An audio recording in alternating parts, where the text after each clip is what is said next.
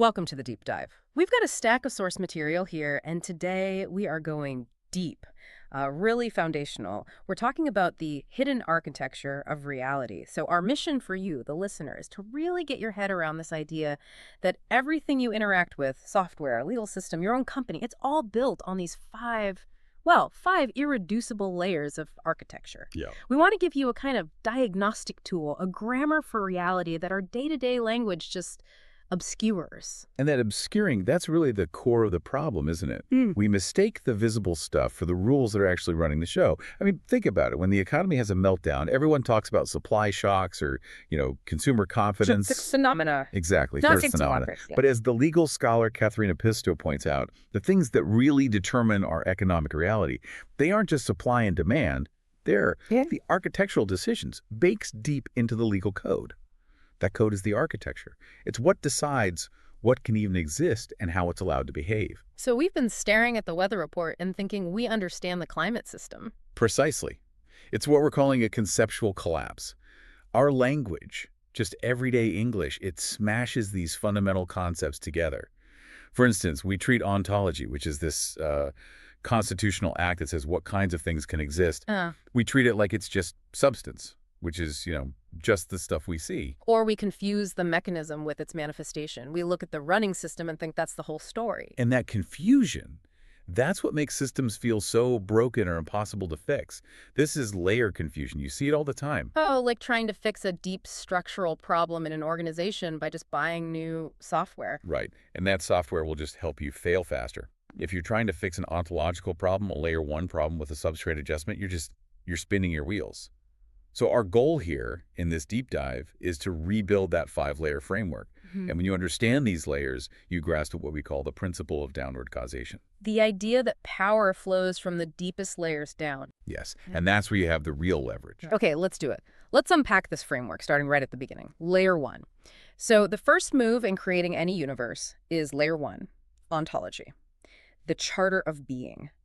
And we need to be really clear here. This isn't the fuzzy philosophical version of ontology. Not at all. In this context, ontology is prescriptive. It's not a catalog of what's already there. It's the constitutional act. It's the declaration that says, in this universe, these are the kinds of things that can exist.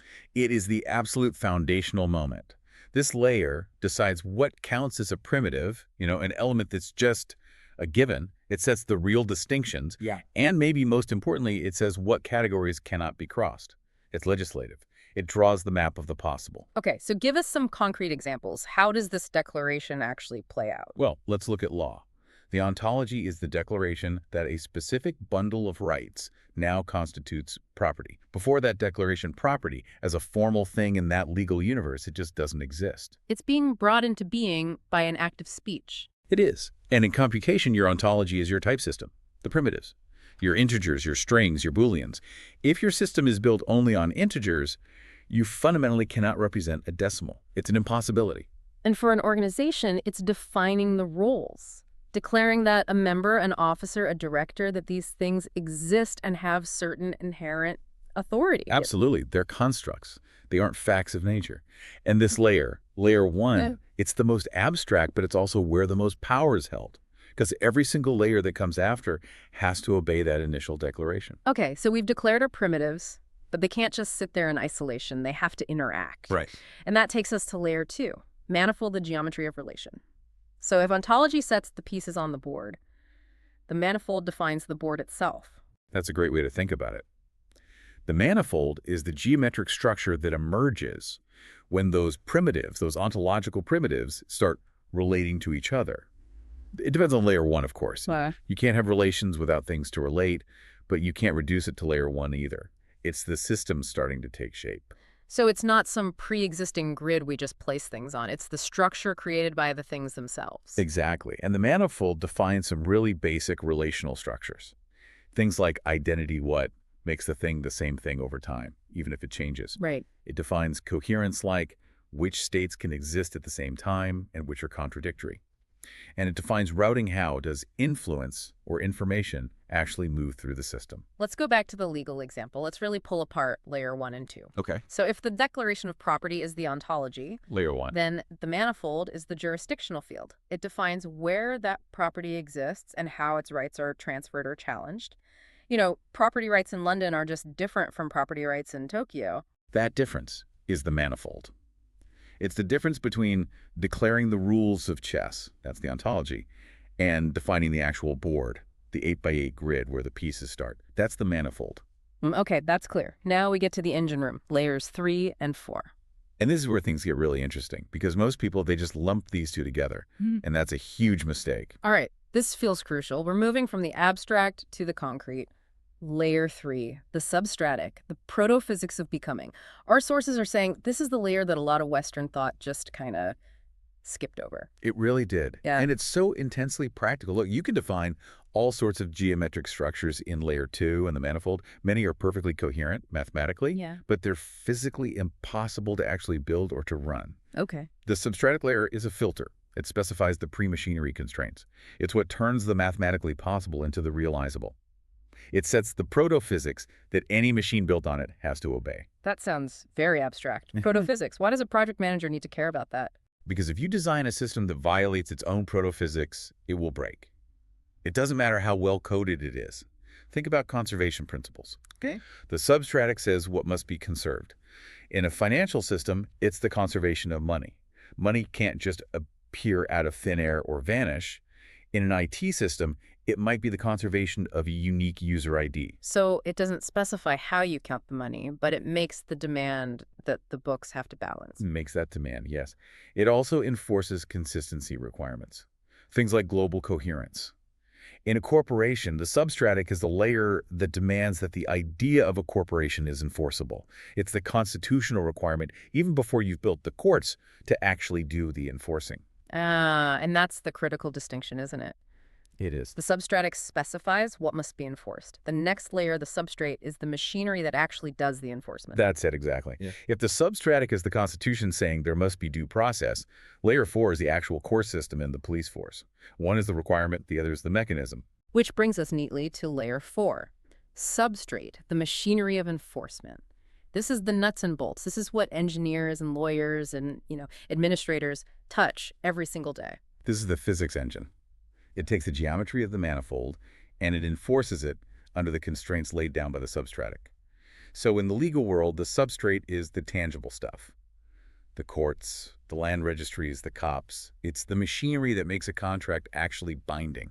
And in the world of code, the substrate is the actual running software, the systems that govern, how an entity is created or terminated, the databases that manage all the relationships, the actual logic. And it must satisfy the constraints from above.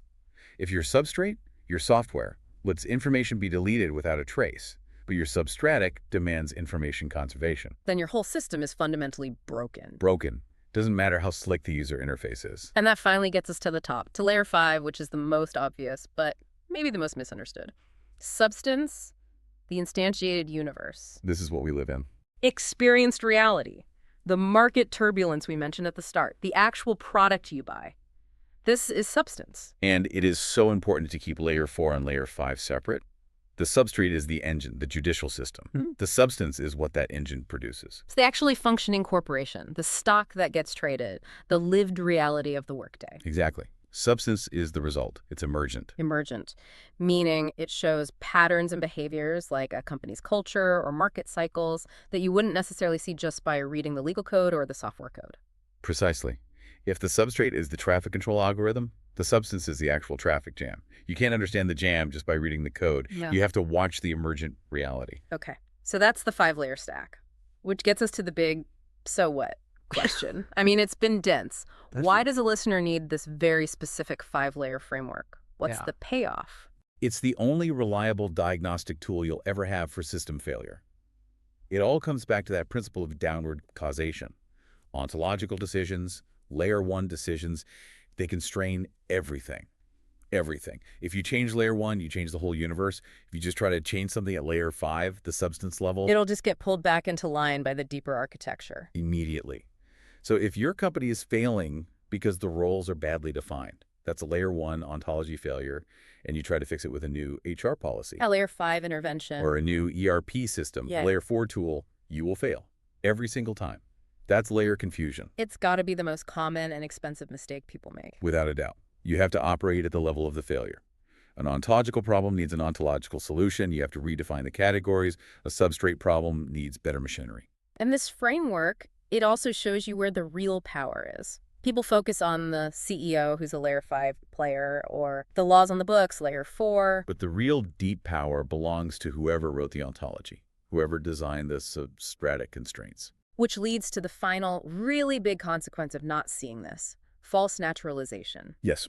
When we can't see the architecture, we start to believe that the constructed choices, like how we define a contract or what roles exist in a government, we think they're natural, inevitable, like laws of physics. And then we lose the ability to even ask the question, wait, why is it designed this way? We lose the ability to challenge the system itself. This 5-layer view, it gives us back the ability to see that every single one of these systems was designed. And if it was designed... It can be redesigned at the right layer. Exactly. The biggest shifts in history, they were never just better machines, they were ontological shifts. Okay, that is the heart of it. We've recovered this lost grammar of reality, so let's just recap that grammar one last time. Ontology is the charter of being. Manifold is the geometry of relation. Substratic is the proto-physics, the constraints on what's possible. Substrate is the machinery of enforcement. And substance. Yeah. That's the world we live in. And this framework, it shows you the code beneath the code. The real power, the real leverage, it isn't in tweaking the visible operations. It's in having the courage to question the inviolable architecture. Understanding this really does change how you see every system you're a part of. So if every coherent system has this 5-layer grammar, we'll leave you with a thought to take with you. In the system you navigate every single day, your company, your government, maybe even your own mental models, what layer is causing the most dysfunction right now? And keeping that principle of downward causation in mind, which of those 5 layers is the hardest for you to access and change? Because that difficulty, that tells you exactly where the power is. Thank you for joining us on the deep dive. Now go look for the architecture.